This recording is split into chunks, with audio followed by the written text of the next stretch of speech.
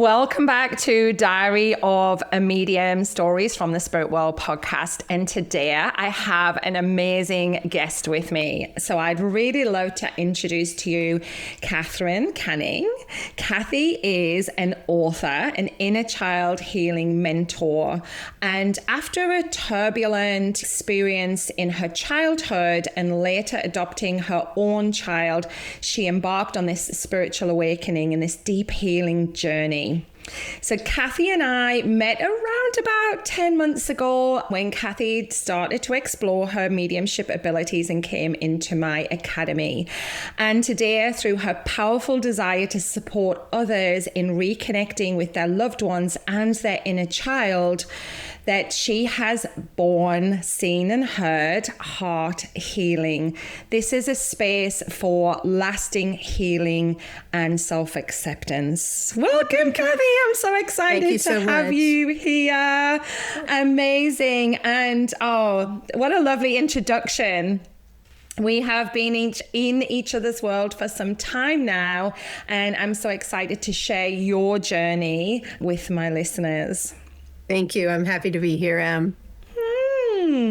Okay, so let's get to it. So I know that, I know a little bit about your story, right? Because we've been in our worlds for a little bit, and I know what brought you kind of here was having an extremely turbulent childhood, one that we know really that no child should have to live through, but many, many do. All right. Yes, which do. Is what has led you on this path to wanting to support others, to really, heal that part of themselves, that inner child. And I know you're so passionate. And when we talk about inner child, it's not just like one, is it? It's like stages of inner children throughout your life. And even as adults, we still have those pieces of those inner children inside of us that are just looking for that validation, looking for that love. That's and what healing, it comes down to. and healing. Yeah. Yeah. And it's like wherever the traumas happen, that's why there's not one. Did you have one trauma? Then maybe you have one inner child. But if you didn't, they kind of come in phases. Yes, definitely. And we're going to talk a little bit more about that later. So I'd love to take you back, I guess, as an observer. I know that you've done a lot of work on your inner children and your layers yourself. But can you take me back to the moment where you really realized that your childhood experiences were calling you to go on this inner journey, the journey of healing? Was there a point in your life where you just was like, I understand that this is where I need to go? Tell me about that. Well, I've done a lot of phases of healing in different decades of my life, but until I got to the most recent decade, that is when I understood the role of the inner child and why the healing had not worked so well in the previous attempts. So I went initially to see counselors for sexual abuse, and I thought that was my only issue. And that occurred basically outside of the family. And then the therapist was like, oh, you don't think there's a problem with how you were raised? And I was like, no. And he had me write this. Yes, he had me write this narrative. And then he read the narrative and he's like, you're describing abuse. And to you, it is normal. But you are describing abuse and neglect and emotional abuse. And I was like, really? And he's like, yeah, you do have sexual abuse issues, but this is more prominent. I was like, that kind of opened up that, but it was just talk therapy and journaling and group journaling. And it like there was validation, but validation alone doesn't heal. It validates. I mean, it's something, it's better than nothing, but it doesn't heal is what I learned. So then in a later decade, I tried to work more with the truth of what my childhood was. Like get down and nitty gritty, how really honest with just how ugly it was. And it was still more journaling and talk therapy and things like that, and was a wonderful therapist. But there wasn't anything to really bring the inner healing that I now know I needed. So in my 40s, that's when I adopted my child. And then it wasn't about me. When I had that baby, it was about him. And so for the first 10 years of his life, it was all about him. And then in my 50s, because I adopted him at 40, in my 50s, then I went no contact with the abusive parent and had a lot of issues come up with that. A lot of family, like how do I be a part of this family and negate that person, and how they felt about it and how they were communicating to me. It was just a mess. And so I went to my most recent therapist, and she's the one who her practice is EMDR therapy. Yes. Somatic. And then Brainspotting became a part of it later on. And that's when we worked with those modalities to heal the abuses, then it really healed. Then the triggers stopped. Then I learned I had these little people inside of me that were stuck and just hiding and aching to be seen and heard and healed. It's like, if you give them that, then they can become a part of your present, and you're not triggered, and they're not stuck back there anymore. They integrate into your now. Yes. So that's how that happened. That is such a powerful story, Cathy. Thank you so much for sharing that. And, what I can hear in that is, although, the talk therapy and those things, they help to validate, they didn't go deep enough, right? They didn't go deep enough to actually heal those parts of you that need to be seen and heard. Let me take you back a little bit, because I know so many people will understand this, is that you didn't understand at the time that your childhood was any different. You just accept how things are, because that's how we're raised, right? Yeah. To accept that this is how things are. And the fact that someone else then picked up for you that actually this wasn't okay. Yeah. Part of it, Em, is that when you're the child that's going through that, you're also being taught that you're going through it because it's your fault.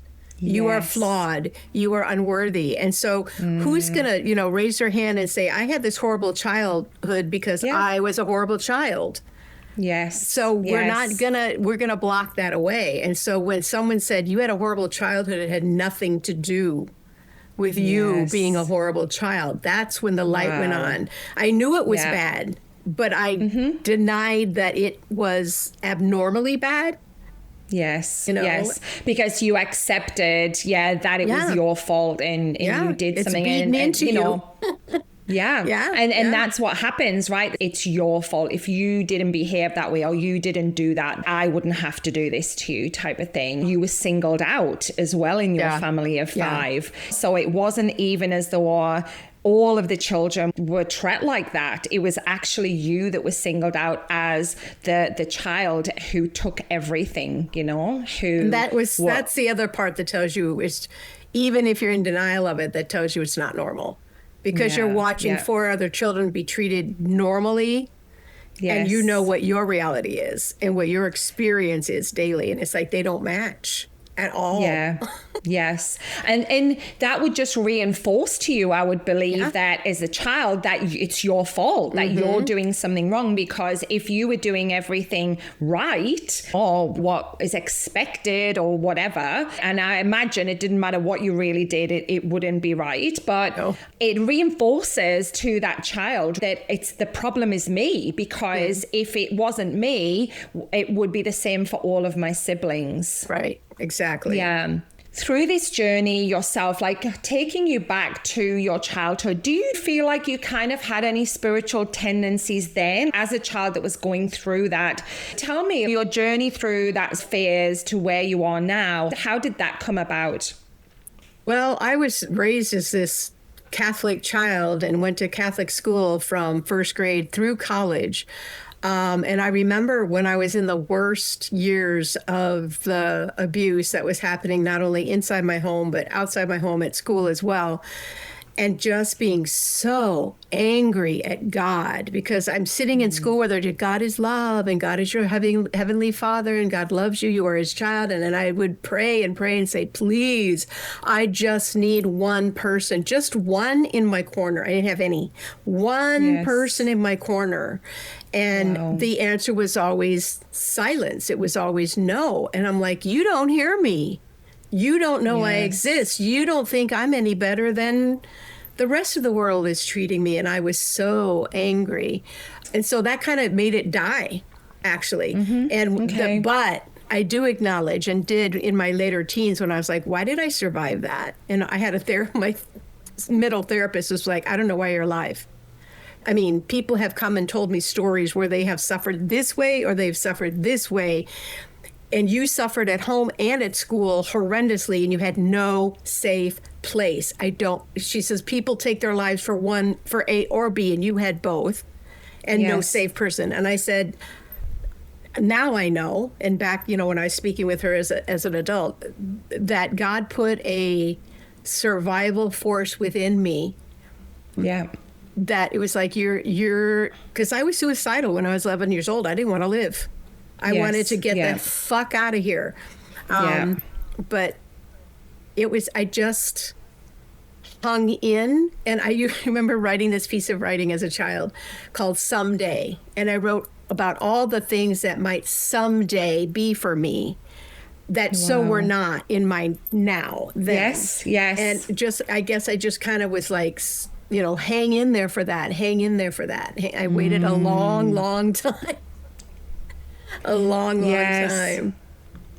But that's almost beautiful, because like when you're telling me that, I feel like your higher self was feeding you this information that there's something more, there's a reason. And if we choose to believe that we chose this life, and everybody will feel different about that. And people say, well, why would I have chosen that? Why would I have chosen to go through those things? And that's when it's hard, isn't it, to lean into that and think, why would I have chosen to do this? My soul needed to learn some lesson. Well, fuck me, really? Like, it's like, did it have to be that bad? I think, beating a dead horse, good God. I mean, can you just, I got it. Give me a break, And you're a child feeling that way. Golly. Definitely, 100%. And me knowing you and the person that you are now, it's like, wow, it just blows me away to know like how heart-centered you are and all the things that you are doing and have done in your life. Like, because you went on to then be a teacher after having that experience in school that was so bad. And nobody in my classroom was going to experience that. And they never did. No. And I really imagine that there's lots of children that have come into contact with you that you have probably changed their life. I'm still in touch with many. I taught for 40 years, and I still have students that are in contact with me from my very first year of teaching. They're like, they're teachers. A lot of them are teachers. And parents, and they send me their kids to tutor. And it's like that connection doesn't go away. And you provided something probably that you never had in the school, somebody that was a safe person. You would be their safe space when, their home life wasn't necessarily in a good place, which is absolutely beautiful, because instead of being angry with that situation, you provided something. The people that have been through things, we want to provide the thing that we didn't have. Right, exactly. Exactly. And you did that through your teaching. And, as you mentioned before, you also did that through adopting your own child as well. So tell me about that. Tell me how that came around. Well, as I was going through my, 20s or 30s, I had a couple of relationships, and two came close to marriage. The first one, luckily, I figured out 3 months before the wedding date that this person is a narcissist. I didn't know the name of it then. I just knew he manipulates, he controls, he alienates, he was doing all these things in my life that I was like, I'm not doing this. You didn't present yourself as who you are, and I'm not raising a child with you. So called that one off, and I feel very fortunate to have escaped that. Okay. And then the second one just wasn't a good fit. And so by then I was in my late 30s, and I'm like, I always wanted to be a mother, love kids. Obviously, I teach them, but all the phases of kids, all ages, all the way. And I wanted to mother a child, and I wanted to do it right, do it the way it wasn't done for me, just do it lovingly and nurturingly. So I decided, well, I'm going to adopt a child on my own. And, and some people were like, well, you can't offer the other parent. And I'm like, if the child's mother is giving the child up for adoption, the mother can't offer that either. At least I'm an educated, healthy, established, stable, loving person, and they'll have those things, and the mother's feeling like she can't give those. So I started the process, and 6 months later I had a baby in my arms. Wow. And did you get him as an actual baby? Yes, birth. Yes, you did from birth. Wow. Yeah. Okay. And that's an interesting journey in itself, isn't it? Yes. Even going through that whole process, because I know I have family members that have gone through that process, and it's not easy. It's not an easy process to go very through. Emotional and stressful.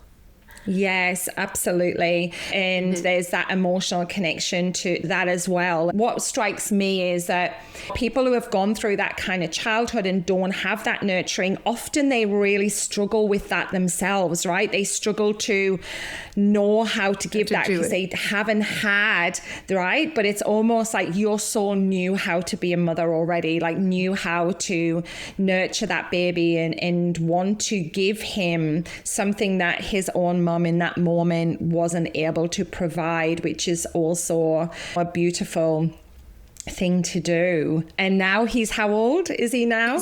He's 23. He's 23 now. Yes. Beautiful. And I know that he's just the light of your life. Absolutely. And thank you for sharing that as well, because it's quite a vulnerable journey and quite a vulnerable thing to share as well, to go through that. But also, I love the fact that it was like things didn't really go the way I wanted them to. It hasn't happened for me organically, but now I can do something and make that happen, make my dream happen. To a certain degree, I must have been, because when I started that adoption process, I said to God, send me the child that needs who I innately am. I will be all he needs because of just being who I am. Give me that child, so that, because there was the concern of, am I going to be able to do this and give him what he needs, everything that wasn't given to me. That's all I had to do is think about, what did I hunger for? Make sure my child has that. That. So I just got goosebumps. Oh my gosh, stop. That's what I'm doing. Wow. To get to that point and have still all of that to give, even though you didn't receive it, just goes to show that it doesn't matter what your upbringing is. You have choices to do things differently. And as we know, when we're in this space and we've had a spiritual awakening, generally it's because we've had trauma, we've had significant loss in our life that brings us, we are the change makers for our lineage. That's my belief. And everybody will feel differently about that. I really feel it here, especially for you in your lineage. And it doesn't matter that your son's adopted, he is still your lineage, right? Whether, soul lineage. Absolutely. 100%. Absolutely. And, by you finding him and him finding you, that's changed the trajectory of his life as well. So this is just truly just a beautiful story. And I wanted to also talk about, because I know that you are also an author, and I didn't find this out until we had worked together for quite some time when you went, my book, and I was like, wait, what? Your what? Your book? Yes. A couple of them actually. I know. I was like, you kept that quite quiet and secret. But this is interesting because I know one of them that you shared with me, and you wrote these under a pseudo. Is that the right word? The second one was written under a pseudo or pen name. Yeah. Yeah, pen name, the second one. name. Yeah, that's the one I was talking about. Yes, which you actually do go into detail about your upbringing. Tell me, what was the passion behind you wanting to get this story out? Ooh, I think it was doing all the inner child healing and realizing the stories that each one of them had, and that in healing each one of them, how that was affecting my overall mental health and spiritual well-being. And I was just thinking to myself, as a child, part of my coping was to write.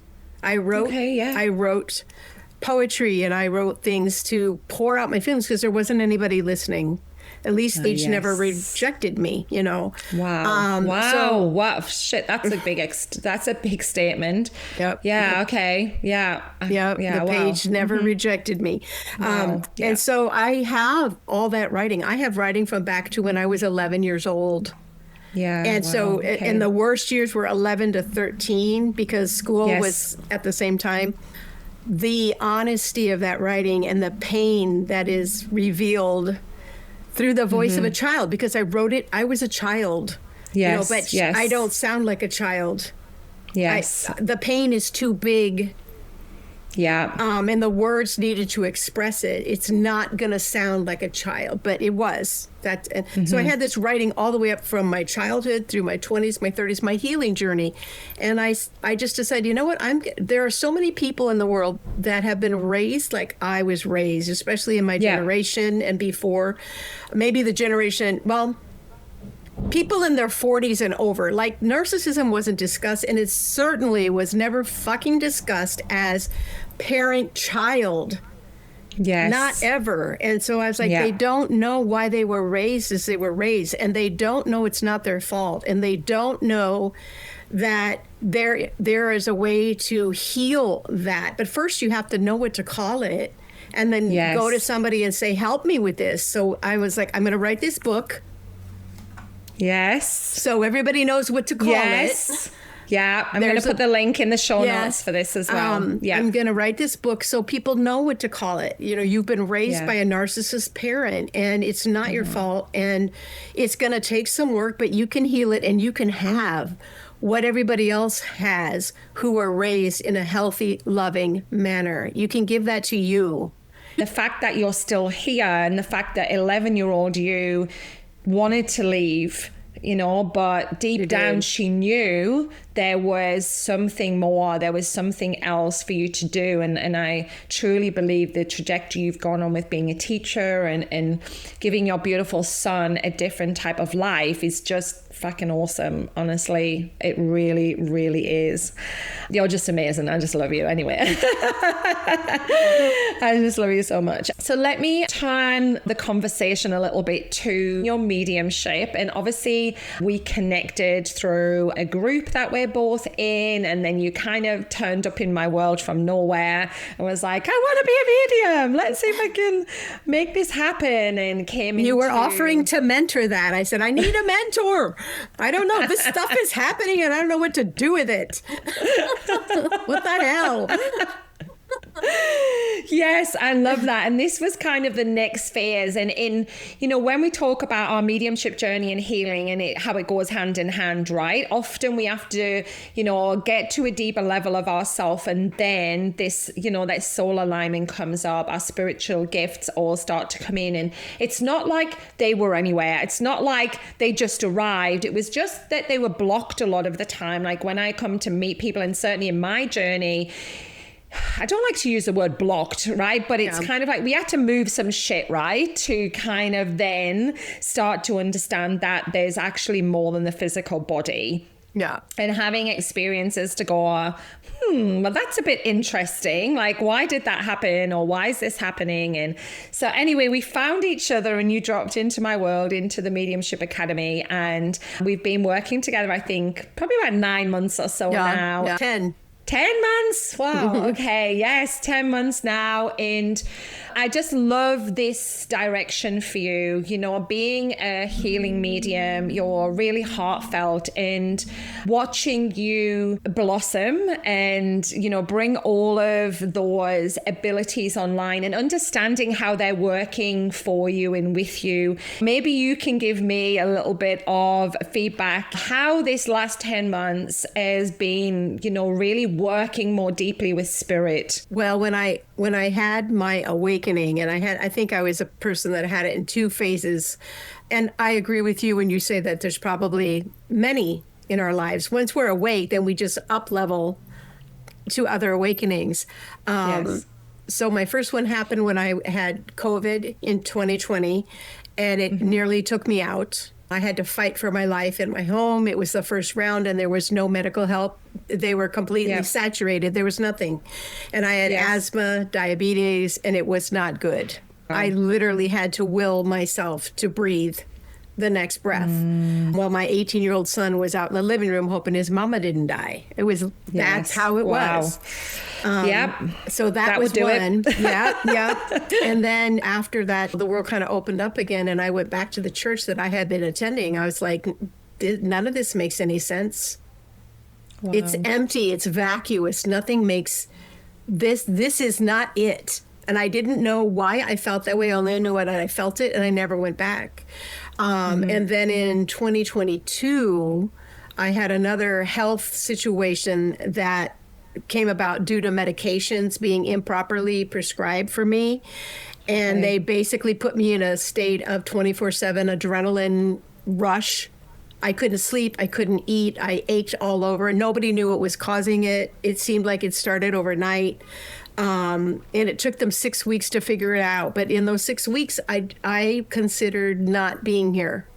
That's how bad it was. I was so much pain and so much, the anxiety was off the chart. I mean, it was awful. And it never let up. That was the problem. So then they figured that out. And then after those two events, so in 2022, I retired. Thank you, Lord, because I needed to be done. Yes. With the children.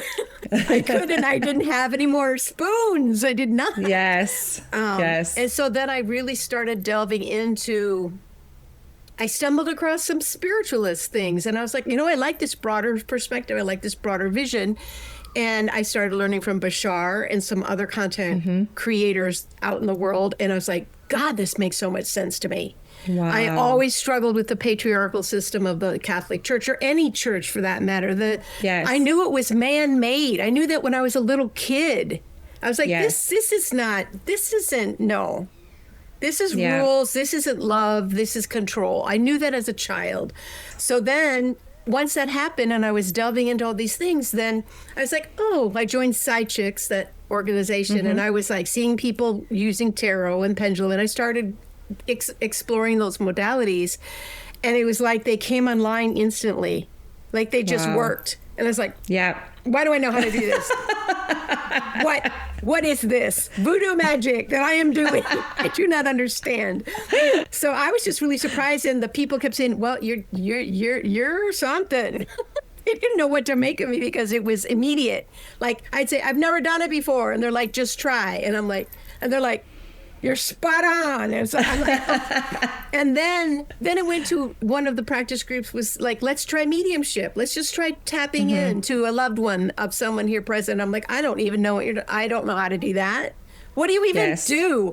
And they're like, just think about going upward and open yourself and be open to whatever comes. And I'm like, okay. So I write down this description of this woman, and it is the grandmother of the person running the group.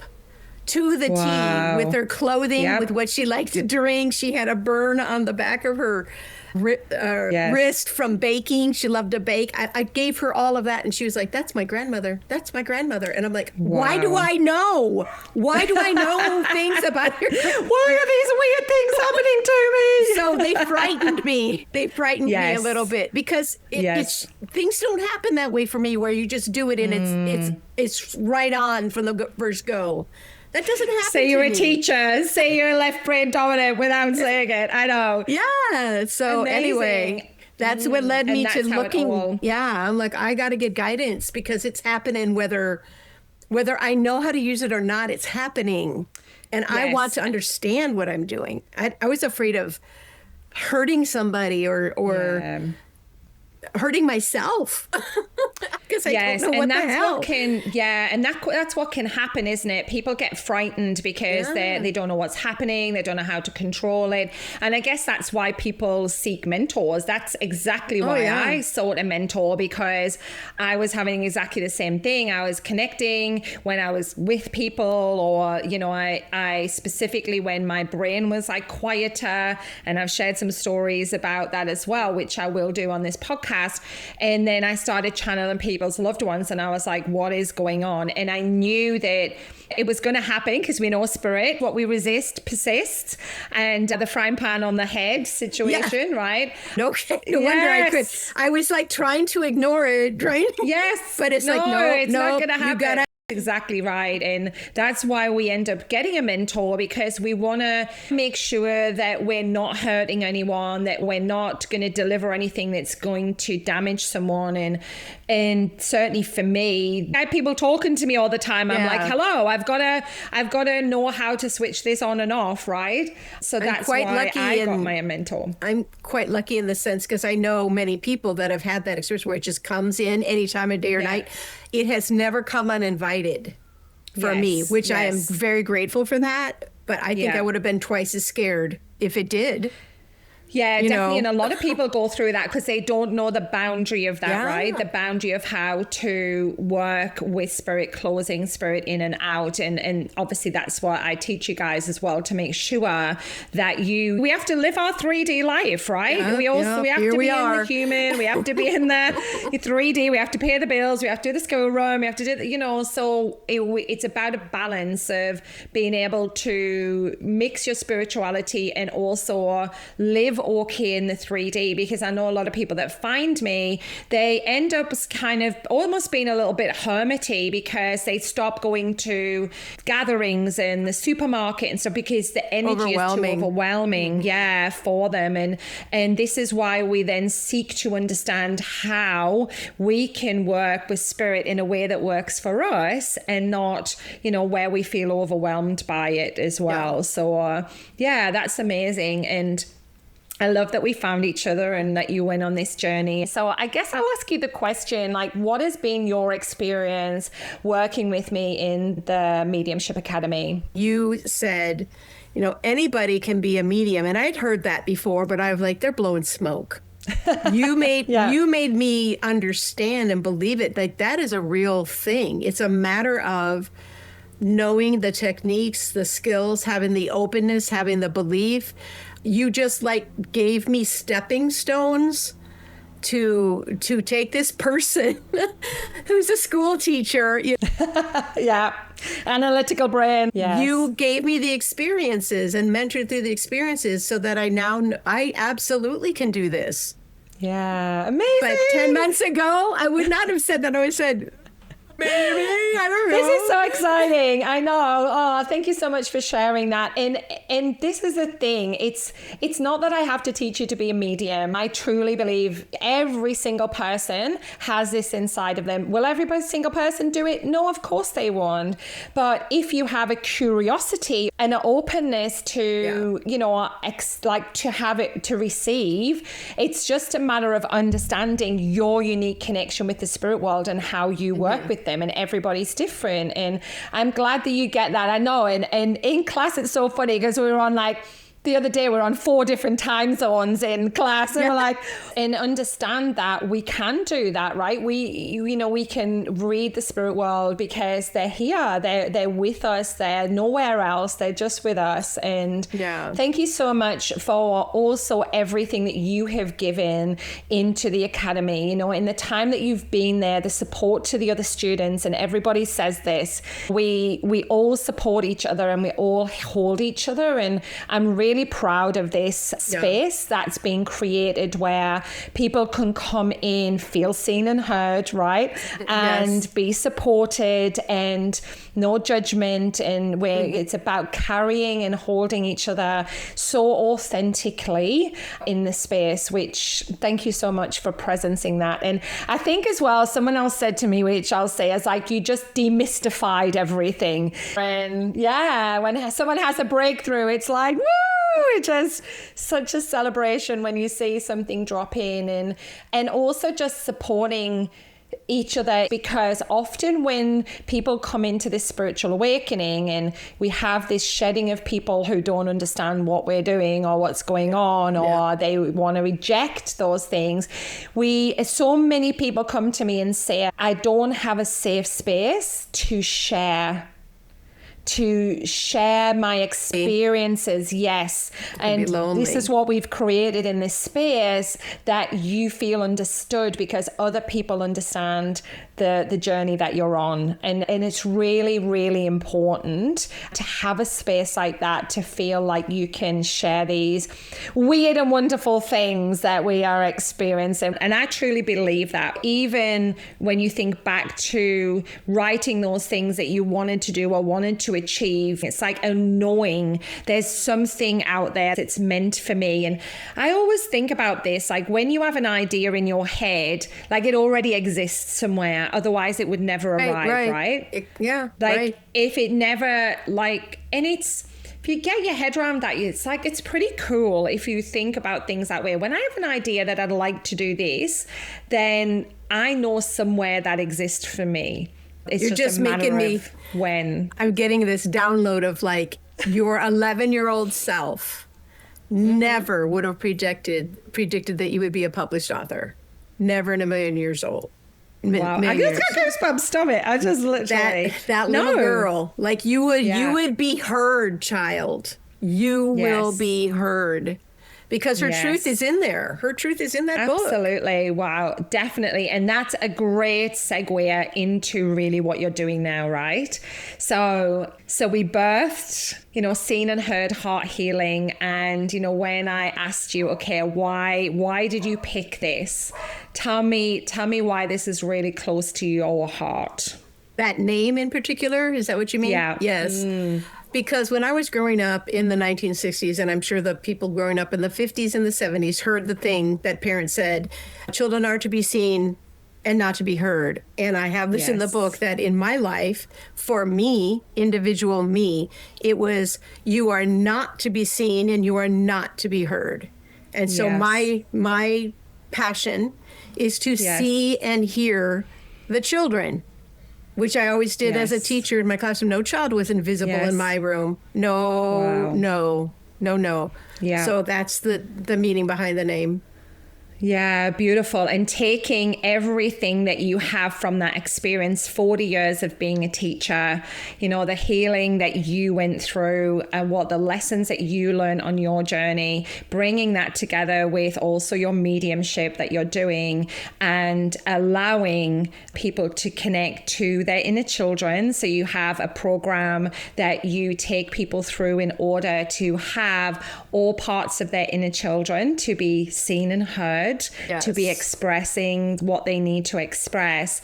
And through this business, this has been, born, seen and heard heart healing, which I'm going to put the web page and the details in the show notes here for people to check you out and for them to reach out to you if they feel like this is the work that they want to do. If this resonates with you, if you hear Cathy's story and something in what she's talking about really resonates with you and you feel this deeply, reach out to her for some support.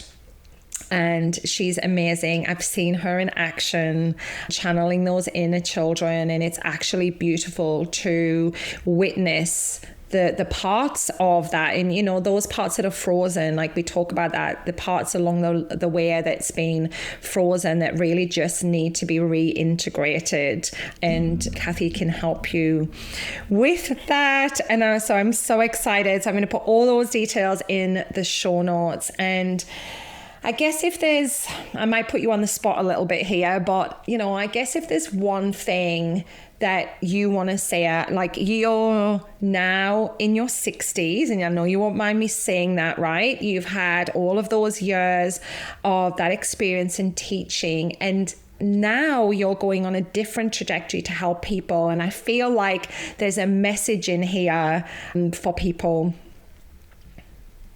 And so if people are thinking like, I'm too old, I can't start something new, I can't learn something different, what would you say to people that are listening?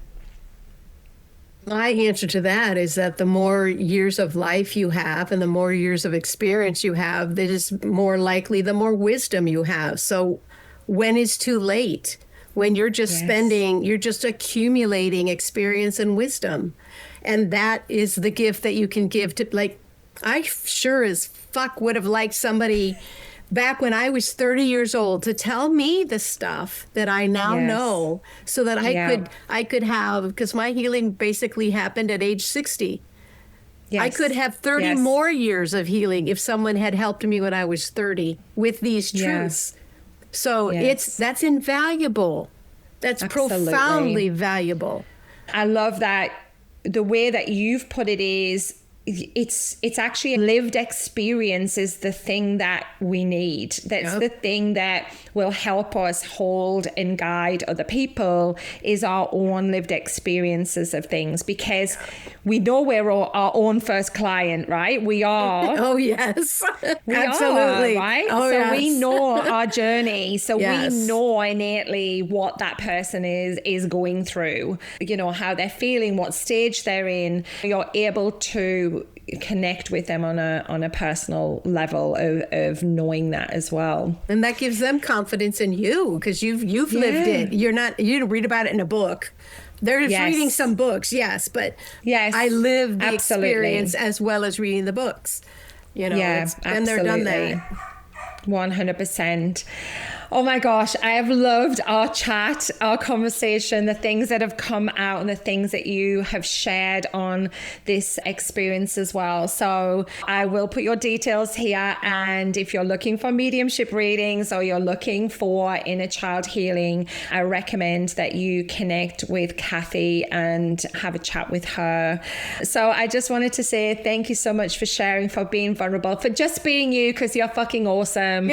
And I love having you in my world. I really, really do. And I just want everyone to say thank you for listening today. I want to share with you people's real experiences without the filter, and knowing that every single one of you is worthy to have what you want to have and be where you want to be. Absolutely. So thank you so much, Cathy. It's amazing. And let's speak soon. All right, guys. Thank you. Bye for now. Bye. Thank you so much for tuning in to Diary of a Medium, Stories from the Spirit World.